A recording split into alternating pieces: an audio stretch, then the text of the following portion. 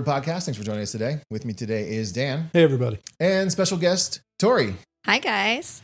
And today we're talking about service projects. And a lot of times we try to partner with organizations in the community that connect with us in certain ways, do certain types of work that we think is impactful to who we try to be as a company. But obviously, we're not siloed, right? We can't do each of these things ourselves. So try and work alongside of organizations in the community. And we talked about it on the podcast before. And actually, we've had Nate from Good Sam on the podcast before. Nice. But this past week, Tori organized, and a bunch of our team at Berg Construction was able to go down to a Good Samaritan facility and do a service project. Yeah, it was super fun. We were looking for something to do for the holiday season, obviously, give back together. And since we are already such close partners with Good Samaritan Services, and partnering with them for a Taste of Phoenixville coming up here in the new year, we thought that it was like the perfect partnership. So we worked in one of their apartments in Coatesville. Coatesville is one of the many programs that they have here in Pennsylvania. And we just painted a whole house, actually, which is pretty crazy. I think we set the bar pretty high as far as our own projects within our own home. So now we know that we can full on paint a house in less than 4 hours, which was incredible. But you definitely have to have a good team behind you to do it. And we had that. So it's cool. Yeah, the whole house in 4 hours. I mean, with two coats. I know like, we got to be careful here. Our wives both listen to this at times. And to suggest that that's a possibility is we got to be careful. So yeah. So and I'll start with instead of focusing on the service itself, because we can talk about that. But so Aaron was there. Okay. Aaron elected to help. So Aaron witnessed it. So I do not think Aaron would elect to have me try and paint a house with that team in 4 hours. She was very unnerved at the start when she. Because Brian, if you were going to paint a house, how would you start? Do you think? Sure. Well, like Brian himself, you got to paint even the room we're sitting in. You got to paint this room. What are you going to do first? Yeah, I'd take everything off the walls. Okay. All right. Well, somebody already did that for us, so we're good. I'd spackle all the holes. That wasn't part of the process. Okay. Next step. I'd do a little sanding. Yep. No, that wasn't part of the steps. I'd wipe the walls down. Maybe. Yep. So we did some of that. Yeah. So that's where Aaron started to get unnerved. JD and Stetson and I just grabbed the rollers immediately. Yeah. And then they opened the paint and poured the paint in, and Justin was going to try and cut in. He volunteered, and Aaron was going to cut in. Yeah. But then Aaron realized that we hadn't cleaned anything. So like she said at one point she saw me painting over cobwebs, she thought. So she had to get ahead of us and like try and clean everything. And she was like, "What is going on?" And I was like, "Listen, you brought in the production crew here. This is like we brought the production/demo crew in. We are ready to go. We're going to be very productive. So you're going to need to get ahead of us because we're not slowing down." So when we say 4 hours, just, no taping was done. No taping was done. Okay. All right. I got They did cut in. There was tape there for us to use, but the guys just elected not to use it. Just went right into it. Was everything the same color? I didn't get to participate. I had some conflicts. I wasn't able to go. So all the common areas were one color. Okay.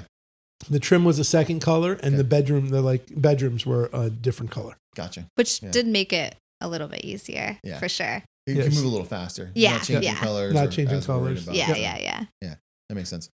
The trim. I feel like the trim and the cutting in is always the most challenging. Like, for me at least, whenever we do these types of projects, the cutting in, I like to take my time. I want it to look Do you right. do the cutting in? Yeah, typically. Okay. Yeah. All right. Who helps in your family if you were going to paint? Oh, it's just Allie and I. Allie. Our teenage kids are generally speaking not available for some reason or another. Yeah. Unavailable. Yeah. So for Aaron, but does Allie cut in or no? Allie doesn't cut in. She will. Okay. Yeah, but I think she prefers that I do. Okay. So Aaron and I, we've talked about this. I think not on the podcast, but Aaron cuts in. That's all. Okay. She says I'm really good at rolling, which I did. So I also completely Tom Berged it. So I had a meeting in the morning that I had to be at. So I needed to look like I was at work. Sure. Yeah. And in my head, I was going to bring clothes to change into that I could paint in. But the meeting started, not early for us, but early I had to be in Lancaster before 7 a.m. So I was in Lancaster by 6:45. Got it. Yeah. And I worked out in the morning like I normally would on a Friday. Nice. So good work. So I left quickly, and I got maybe halfway to Lancaster and realized I had not brought any clothes to change into. And then I elected to not tell Erin because I felt like she would just say like I wasn't prepared. So I was just going to go with it. So instead of being prepared, I elected to double down on my chaos. So I was wearing pretty nice jeans, and I did have a shirt on underneath of what I was wearing, so I could paint in that shirt. But I didn't get any paint on myself rolling, which was a major accomplishment for me. Now, if you were going to guess, you got Justin, you got Scott, you got JD, right? You got Brad. Brad's a big dude. Yeah. Who's going to be the most covered in paint? Well, I've already said I'm not it. So I think you would have picked me. I know. I don't. Yeah, you're a little rammy. So I may have picked you. Yeah. All right. So out of those people, or out of those people. Okay. Because I was thinking there's some. Carol Berg was there. You could. I was thinking maybe Phil. Okay. I was thinking maybe Phil. All right. So crazy. Yeah. Phil can paint. Like, no, I don't mean paint a house. Right. We get there and Phil's like, yeah, I actually paint. And I said, what? And he like got out his phone. Phil can paint like pictures. Like he's creative. But you can. I mean, I'm not creative necessarily, but in that sense. But you can be creative and still not be able. Phil can paint a picture. He is artistic. Yeah. You know, like the mini easels that people have been into recently. Sure. It's like a mini easel with you just get like any sort of thing that you could paint on. He paints like mini portraits. Oh, wow. Yeah, and like scenery portraits too, and like with tiny go there. Tiny brushes too. But no, it was actually Tori. Yeah, it was me. I did witness the amount of paint on Tori. Okay. So did you see that? Yeah, I still have paint in my hair. Just so everyone knows, this is not gray hair. This is paint. It's actually a shade of Are you taking something shots blue. at us right now? You're like, I'm not like this them. is gray hair. I don't have gray. I'm not there yet. Yeah, this is gray hair. No, Tori, and it was hilarious. She was painting upstairs in this little closet. Yeah. That was too short for her to stand up in, but she didn't seem to mind. And she was just like spinning in there. She was like a roller. Yeah. I was like, Tor, painted surfaces. Yeah, I was like, Tor, there's paint everywhere. It's in your hair. It's everywhere. She was like, is there paint on me? I was like, wow. Yes. And I get paint on me, but that's something.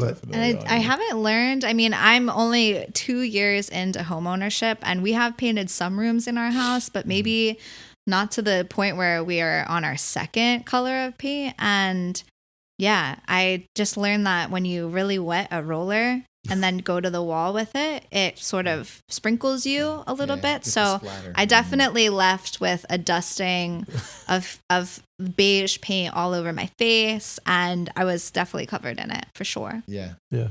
So, but Erin, in our situation, Erin always cuts in and I roll. Okay. But it ended up working. But it was a lot of fun. Mm-hmm. It was a good group, right? It was a good group of guys. 10, 12 guys? Yeah, we had 10 or 12 guys. And they all, Brett, the thing I actually took from it, I said this to Ford this morning, I mentioned it to Tori, the thing I took from it is, in doing that sort of a service project, right? You look and you think, or I thought, what is it going to feel like for a family to move into that house and not have to worry for a year about where they're going to sleep, where they're going to eat their meals, how they'll stay out of the weather or stay warm, or where their kids are going to go to school. And the reality of that, as I was painting this house, struck me how petty everything we worry about is. It struck me any concerns you have at work or in my life. And I'm not making it everybody else, because everybody lives a different life, you know. But I became like keenly aware of how petty it is, how irrelevant my problems are, and we make jokes sometimes at my house, and I call it first world problems. I'll keep it PC, so I say first world problems. So like we have concerns that are not really problems, and I'd say that to Erin, like I just say like I have a problem, and then tell me, I was like, that's not even a problem. That's an inconvenience, perhaps. It didn't go the way you wanted, but it's not a problem. But this specific process made me think about that. How petty all the concerns that I really had been concerned with over the past week. It was Friday, what my Monday to Friday, things that I felt were genuinely heavy and weighing on me about what we had to do or what had to be done. I was like these people don't have a house right now. You know what I mean? Like that's a concern. That's a problem. Yeah. That's something to deal with. And I'm going to try and like keep that, as like a point, like as a grounding point to say like, okay, We got to solve this. We got to approach this issue and we got to come up with a solution. But the downside of that solution is not nearly as bad as what other people are living with every single day. So let's be real about that and approach it that way a little bit and not make it bigger than it is. Yeah, certainly. No, I feel like projects like the one you guys are talking about are nice ways to be reminded of that. Yeah. And to keep those kind of sentiments close Yeah. for sure. It's always nice talking to Nate at Good Sam. He's because so nice. he is so passionate about that. And I love the way that their ministry has expanded, right? And with the focus being on housing, they don't try and be all things to all people. They're not trying to, be food banks necessarily. They're not trying to provide educational resources in outside of the housing aspect, but really focusing on like one of, I think, in my mind, human carnal primal needs is to have shelter. Yeah. And like, you can go a long time without other things. Food and shelter though are like essential to life. Yeah. And that focus is pretty awesome. The cool part for me about Good Sam, like I always think about like some of the communities that we live in, some of the communities that Good Sam serves in, and I never really think of them as being like inherently overrun, or I don't think of them as having like large homeless problems, right? And Nate and I have talked about this at length a couple times, and I'm often curious if that's difficult for them, because like fundraising, usually you need like something that's visible, a pain point, and almost all other money comes from individuals and businesses that donate to their cause. Mm-hmm. But they don't deal with like what Nate would call, mostly, I mean, they will, but mostly what they don't deal with is they don't deal with like chronic homelessness. Like it's not homeless encampments, right? It's not like people who are like long-term. It's people who have been displaced. There was a fire and they don't have anywhere to go. They lost their job. They couldn't afford to pay their rent. Mm-hmm. Like a lot of it is short-term. A lot of it is like immediate need. Like it happened quickly. And the way they fill that gap is sometimes very creatively, and sometimes with like, the projects and like that we got to be involved in, our team got to be involved in. It's really impressive. Yeah, and it reminds me too. There's a movie, and I'll probably get it wrong, but it was Will Smith. I think it was called Happiness. Yeah, and that's the movie where he's homeless and he works his way like into a job in it.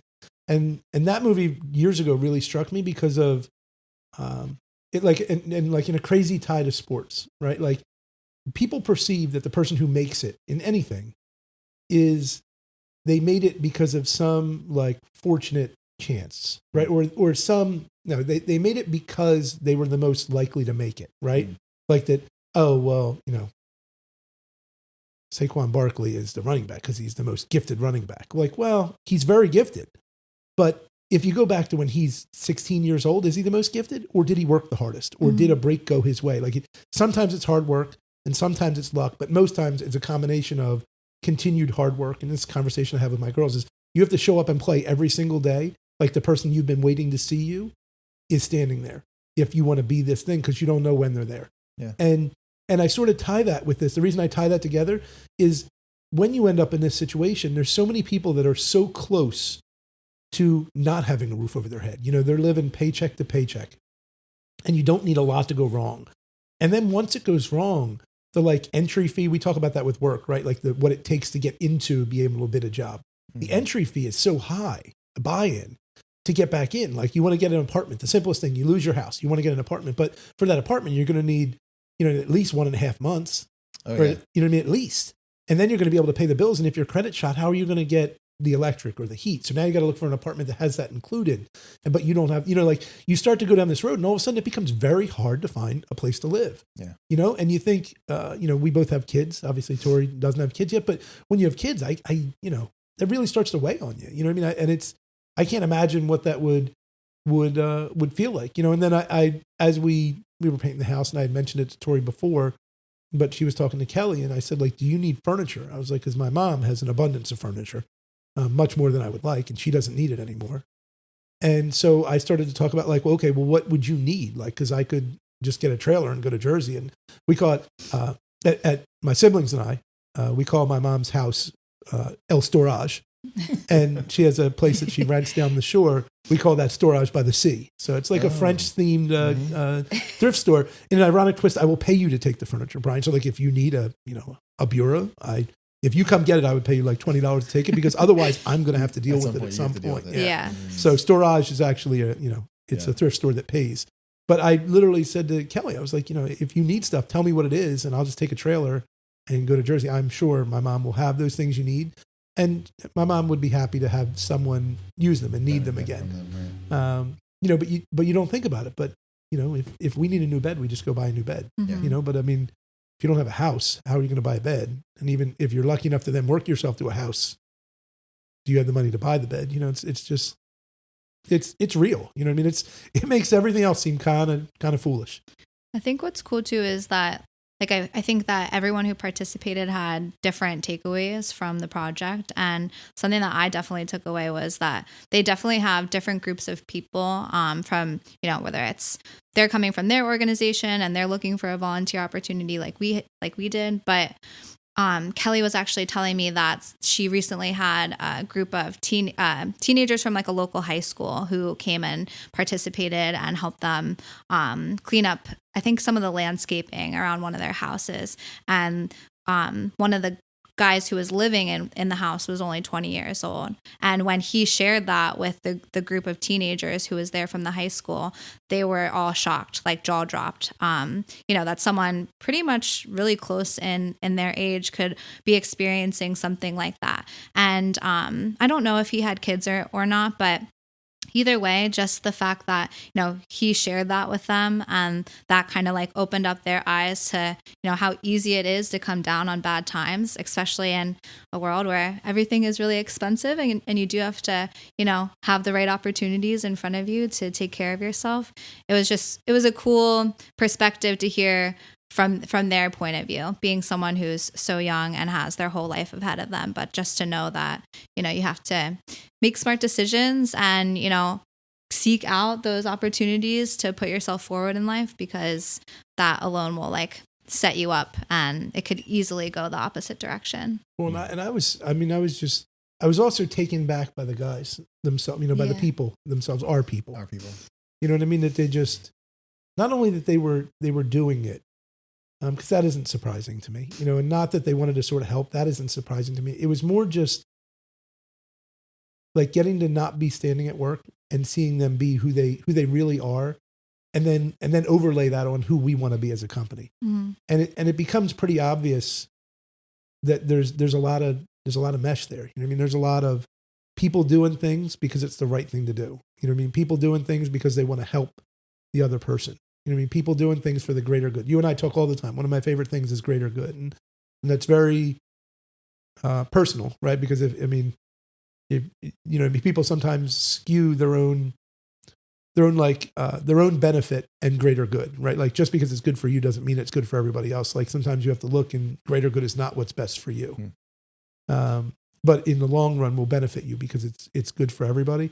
And so I think that really struck me with the guys, that they were, just the way that they approached it, and the way that they wanted to be involved. And Tori was there, and then, and like Carol showed up, and I didn't know Carol was coming, and she had her flip-flops on. Of course, we were prepared with their flip-flops, but just started working right away, just like you'd expect Carol to work, but like Carol was there to help, you know what I mean? And like, I don't know. I was taken back by it, I mean, see Phil and these guys, and they just show up to help. You know what I mean? And I think too, it's like we obviously, we all probably throughout the year in some way or another contribute to the greater good, whether it's through someone who you care about and their GoFundMe, or, collecting donations for the Animal Rescue League, whatever it could be. But I think the difference about this project specifically is that we're physically there doing the work. And I feel like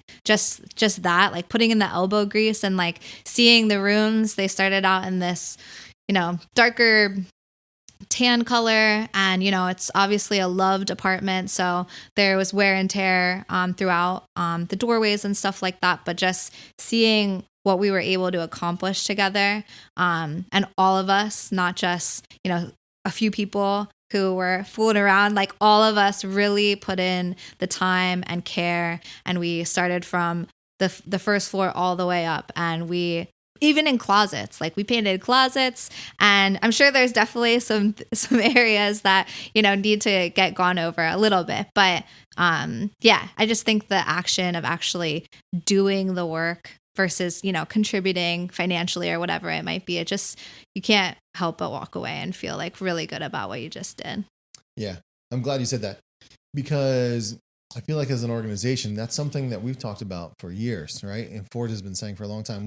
We have several organizations that we've either got close personal connections to or are involved in, and we continue to find ways to try and support them financially or otherwise. But so often it's difficult for us to not do our normal routine, right? Not do our what we're being asked by our clients to do, or tasking our folks with, and then step away from those things to go take that time and do something else. And the other thing is like matching sort of abilities, because we always think like, oh, can we go take equipment somewhere to do something for somebody? Can we go help with some survey or some stakeout or whatever it might be. Storm cleanup. Yep, exactly. And those things, while they're awesome and are in some ways easier for us because we have the skills and tools, don't necessarily always stretch us the way it does, like to do something like this, right? Like painting seems like something that everyone can do, but if you want it to turn out nice, it does take some patience and some time and some effort. And so to put people in a situation like that, we're asking them to not do what they would every day in and day out, connect them with this thing because it's something that we felt inclined to participate in, and then to watch them sort of make the connection, to care about it, to really show up, mm-hmm. which was yeah. And the other thing that comes to mind is I'm critical path, right? Like that's how I operate. There can be complete chaos around me, and I'm critical path. I'm going to find the fastest way, the most efficient way, the best way I think to get to whatever the next goal is, and then move on to the next goal. And that's how I operate. And this was outside of my comfort zone. Like, I mean, first, I don't like painting. And then second, when Tori brought it to me, I was like, I'd love to help, but I mean, like, this is divergent from my critical path. Like, this is going to slow me down. I'm going to take people out of the field or out of the office and go do something that's not going to help me at all. It doesn't help Berg at all in my mind. Like that's, and I'm saying it, it's recording it. That's what I thought. I was like, this isn't going to help me. It isn't going to help us. It will help other people. I know that, but I could, you sort of said it, like I could donate money and then they could get somebody to paint the house, and I can continue doing what we're doing to stay on our critical path. Right. And Tori asked me about it a couple times, and I was like, okay, fine, we'll go down the road. We will give it a shot. But after I did it, I realized there may have been more value in the fact that it was divergent. You know what I mean? That I wasn't just saying, okay, yeah, we'll go. Yeah, there's a storm, so, right? Like, because if you make it like true greater good, right. If there's a storm, we're likely shut down. Sure. My sites are all muddy. I can't work. So now I'm going to take my equipment and I'm going to help. And that's a really great thing. And it's, Ford being willing to let the equipment run and pay people to work, to go do something that doesn't make us money. That's giving, right? That's being a good member of the community. But it is not the same as saying we're going to stop what we're doing to go paint a house. You know what I mean? While we're actively working. It's different. And I think that difference creates, potentially more meaning. Yeah, I totally agree. Yeah. Tori, you and the folks at Good Sam kind of worked through this for a while, trying to figure out the right way for us to serve, right? Yeah. So I originally reached out to Kelly, who works at Good Sam. I think she's, in a coordinating type position there. And the first project that she brought up was that I think they have a single dad's house in Phoenixville, and that that house was in need of some new flooring. Mm-hmm. And I am fully confident in our team's abilities to do a lot of different things. But I thought about it after our first initial conversation, and I just, I think painting's a little bit different than flooring, and I think that I just didn't want to take the risk of doing something like that and then not nailing it. I think we nailed the painting though too. So we went back to the drawing board, maybe said no to the flooring, and then we landed on painting for this house because they weren't anticipating that the family was going to be moving out. So this family, I think, was able through Good Samaritan's help to get on their feet again. And that is why, they were able to move out of the house and out on their own. And so now we were just turning the apartment over with a new fresh coat of paint for a new family, which I think is going to be moving in after the new year. So yeah, it took a little bit of problem solving to figure out what was the right fit for our team. Sure. And I think the painting, we definitely did a good job on. That can be tough, right? I mean, people a lot of times, and not good. I don't want to say this of Good Sam because Nate knows our company well, but sometimes people hear the word construction and they think they could find something that's not divergent. As you said, Dan, like, oh, construction, maybe you guys can come do some framing for us, or could you guys come do some roofing for us? And those things would be well outside of most of our folks' normal skill sets, right? Or flooring even to that extent. Yeah. So I think that there is some of that at times. Like, can we find things that are like in scope but not divergent, as you said, and that can also be a challenge. I think. Well, we do have a. I think it is true. I think it's true of the world, right? I think if like you take a sampling of 80 people, you're going to get people with a lot of different skills. Now, right. Even if you pick 80 people in the same job, right, the same like field, they're still going to have vastly different skills. I mean, you look at like art, if in bird construction itself, right? Like you could find people to teach you how to build or drive a race car. You could find people who know how to paint. You could find photographers. You can find people who are musicians.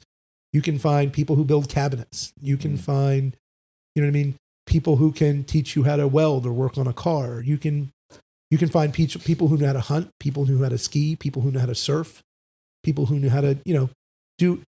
We didn't talk about anything that we actually do. We're talking purely about the things that they do outside of work. So, right.